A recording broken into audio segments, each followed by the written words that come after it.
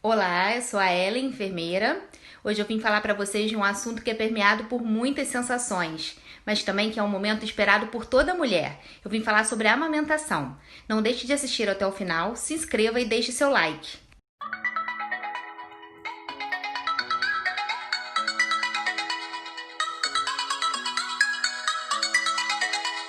Toda mulher sonha e espera pelo momento da amamentação, por ser considerado um momento sagrado, onde ocorre uma conexão física e emocional muito forte entre a mãe e o bebê, além de ser de suma importância para assegurar a saúde e o desenvolvimento dos dois.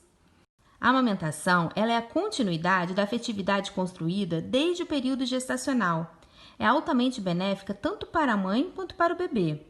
Em relação aos benefícios para o bebê, vou citar alguns. O aumento da imunidade. Com a amamentação, o bebê ele recebe os anticorpos da mãe antes de criar os seus. A proteção contra alergias. Estudos já comprovam que os bebês amamentados naturalmente têm menos alergias. É importante para a formação da mandíbula. Ao mamar, o bebê ele tem os ossos do crânio estimulados, melhorando o encaixe dos dentes e garantindo a formação certa.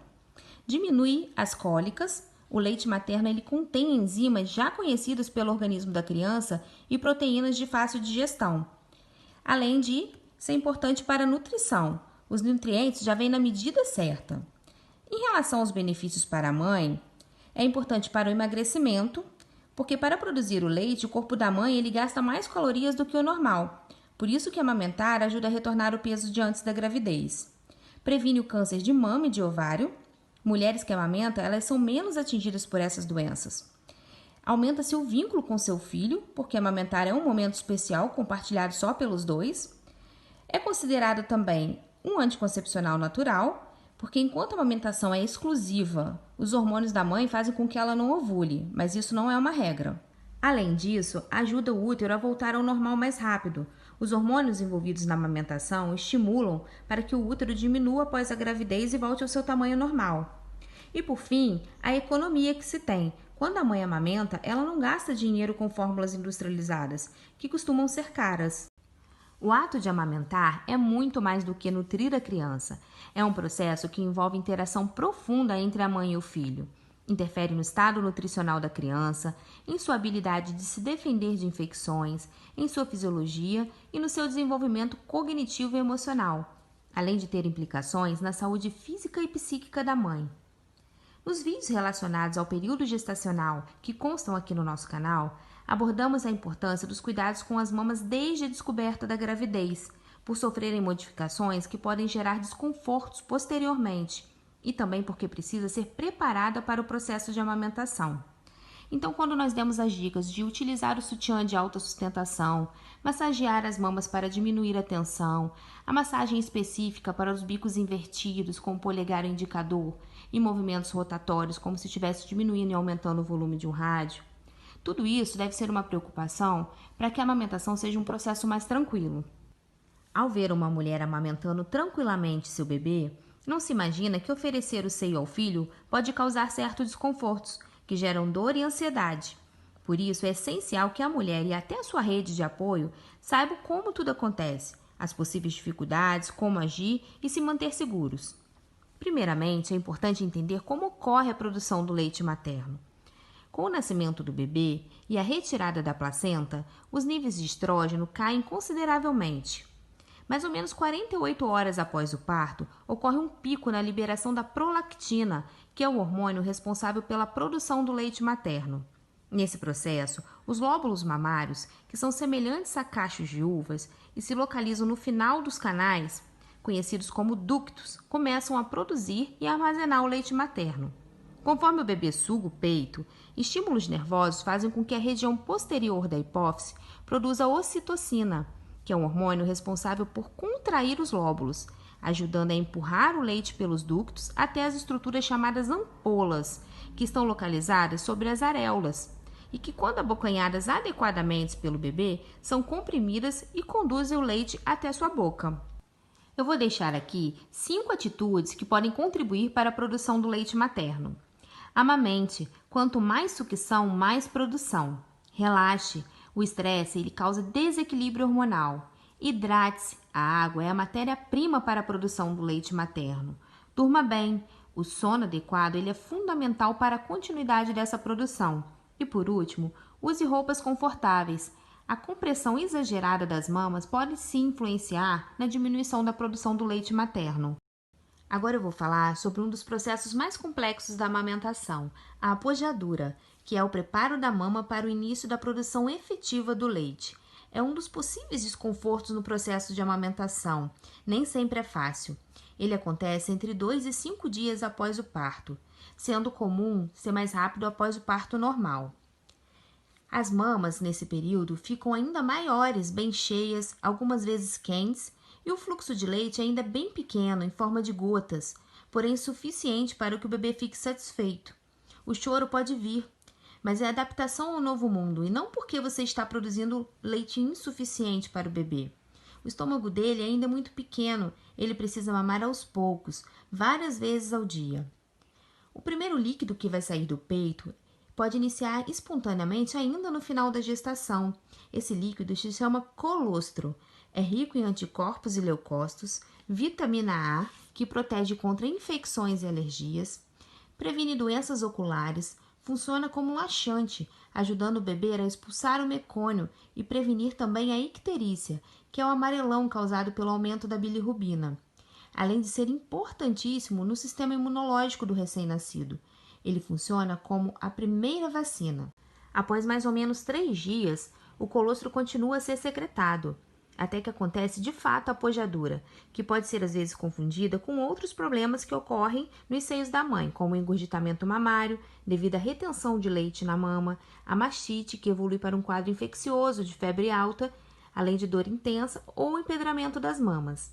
É importante entender que quanto mais sucção houver, mesmo diante de todas as dificuldades, maior será o estímulo da produção em volume, acelerando a descida desse leite, que é a apojadura. Porém, é preciso ter muita paciência, cuidado e atenção para que a pega do bebê esteja correta, para que a amamentação seja livre demanda e que o bebê consiga sugar bem. Geralmente, nas primeiras 24 horas após o parto, a mãe pode ter dificuldade em colocar o bebê para mamar, posição e pegas adequadas, por isso é primordial o auxílio de profissionais de saúde nesse momento, além da rede de apoio de familiares, amigos, enfim. Muitas mães vão para casa sem ainda ter acontecido a descida do leite. Então, nesse caso, se após uns 3 ou 4 dias a apojadura não ocorrer, ou se você sentir que a produção do leite não está se estabelecendo, é recomendável que procure ajuda especializada. Então, para ficar claro, o segredo fundamental para estabelecer uma amamentação bem-sucedida é a pega do bebê. O processo eficiente de amamentar acontece quando há o estímulo da sucção adequadamente, através da oferta em demanda livre, resultando no aumento da produção e volume do leite. Mas de nada adianta se a pega não estiver correta, pois o bebê não estará se alimentando direito. Além disso, aumenta o risco de fissuras e hipersensibilização do mamilo, causando dor, sangramento e muito sofrimento para a mulher continuar a amamentação. Além do choro contínuo do bebê que virá e trará um desespero para a mãe, achando que talvez o seu leite possa estar fraco ou insuficiente. Os bebês, eles não nascem sabendo realizar a pega. Cabe à mãe observar e corrigir sempre que é necessário. Primeiramente, a mãe deve encontrar uma posição que fique confortável e também que facilite a pega do bebê.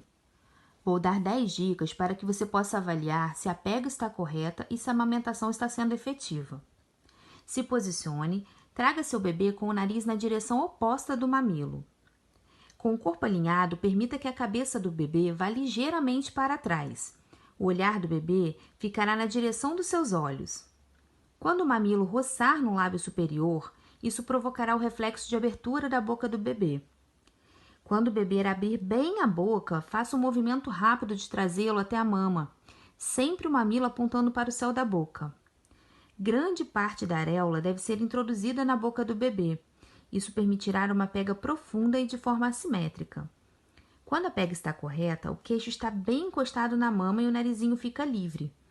Os lábios ficam evertidos para fora, fazendo a boquinha de peixe, não devendo haver barulhos durante a sucção. As bochechas ficam cheias e não encovadas. A areola fica mais visível em cima do que embaixo.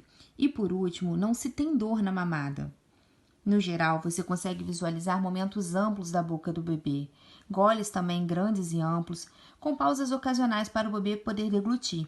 Essas pausas elas são normais e esperadas, é o descanso do bebê. Caso você sinta dor ou veja que o bebê pegou de forma errada, é necessário reposicionar. Então, para retirar o bebê do peito, você pode colocar seu dedo mindinho limpo no canto da boca do bebê, entre as gengivas e introduzir até sentir a perda do vácuo. Em seguida, reinicia todo o processo. Se ainda assim você sentir dificuldades, não hesite em procurar a ajuda de um profissional especializado.